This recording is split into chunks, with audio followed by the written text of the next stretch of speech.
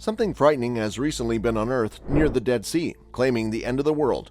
For centuries, the salty sea, which draws its water from the Jordan River, has carried many mysteries, and this time a supernatural lagoon has appeared. Many people believe it is the return of Jesus. So what exactly is it about? Join us as we go deeper into today's film on the unknown facts. You may be very well aware of the Dead Sea. Dead Sea. The Dead Sea is a salt lake in southwestern Asia.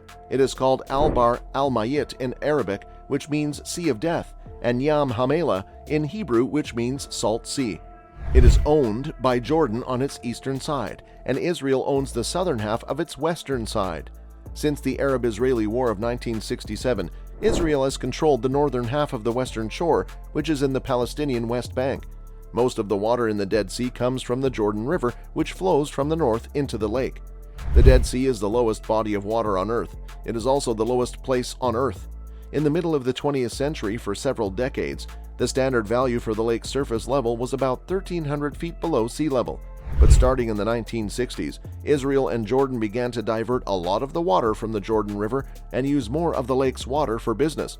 The water level in the Dead Sea dropped quickly because of these things. By the middle of the 2010s, the lake was more than 100 feet lower than it was in the middle of the 20th century. It was about 1,410 feet below sea level, but it continued to drop by about 3 feet each year. History of the Dead Sea. The Dead Sea has a lot of religious and biblical importance. During the time of the Bible, different groups of Jews lived in caves near the Dead Sea. The Essenes were the most famous of these groups, and it is thought that they left the impressive Dead Sea Scrolls in the Qumran caves. The scrolls are a collection of more than 25,000 pieces of old writing. Among them are the oldest copies of books from the Hebrew Bible that we know of. They were first found in 1946 in the Qumran caves near the Dead Sea. Oded Rishavi, a biologist at Israel's Tel Aviv University, called their discovery one of the most important archaeological discoveries ever made. Archaeologists are now slowly putting the scrolls back together piece by piece. Sodom and Gomorrah, which are mentioned in the book of Genesis, are thought to have been on the southeast side of the Dead Sea. Ein Gedi, which is now a nature reserve near the Dead Sea, is where King David, who is famous for killing Goliath, hid from King Saul. Mystical Lagoon. So what is the discovery made on the Dead Sea, and what does it signify? A pool of water near the Dead Sea in the biblical region of Moab, which is now the country of Jordan, has turned a strange color.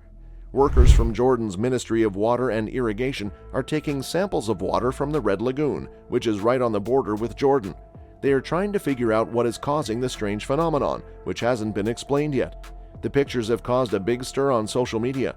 In the Old Testament, blood-red water was one of the 10 plagues that God sent to Egypt's Pharaoh to free the Jews from slavery. According to the Bible, God turned the water in the River Nile into blood, killing the fish and making it unsafe for the Egyptians to drink. This was the first of 10 plagues that happened because the Pharaoh wouldn't let his Jewish slaves go. The blood-red pond is on the eastern shores of the Dead Sea, which is also where the two cities of Sodom and Gomorrah are said to have been before God destroyed them for being wicked. Fatih al-Huwaymel, who is in charge of the Al-Karak Council's Water and Agriculture Committee, said that the government has been asked to find out where the water is coming from. Omar Salameh, a spokesman for Jordan's Ministry of Foreign Affairs, said that the cause of the mysterious red water is still unknown. However, there are a few ideas as to why a lagoon that is not connected to fresh water could suddenly change color.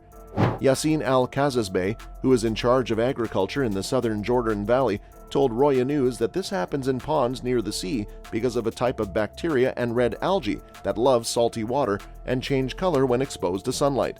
But this doesn't explain why the water turned red all of a sudden when other pools haven't done the same thing, especially since the area has sunny skies almost all year long. Other officials told Israel Today that the strange color change could be caused by iron oxide in the water. However, they did not explain how the iron oxide got into the pool or why the color change happened so quickly. The head of the Jordanian Geologist Syndicate, Sakar al-Nusur, told the Al-Gad News that the red color could have been caused by people putting things in it. Many Jordanians agreed with this point of view.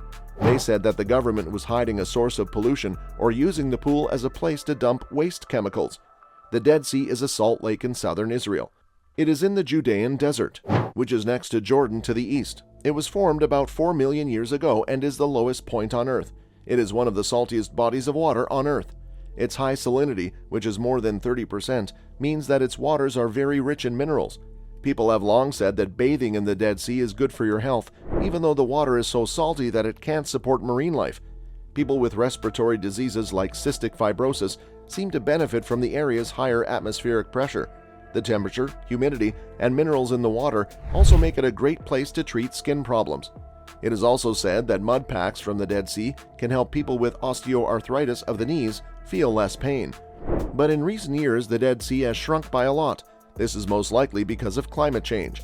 It is now about 31 miles long and 9 miles wide at its widest point. Since the 1950s, the Dead Sea's water level is thought to have dropped more than 131 feet, and it is still going down at a rate of 2 feet per year. More about the Dead Sea. The name Dead Sea goes back to the Hellenistic period, which is from 323 to 30 BCE.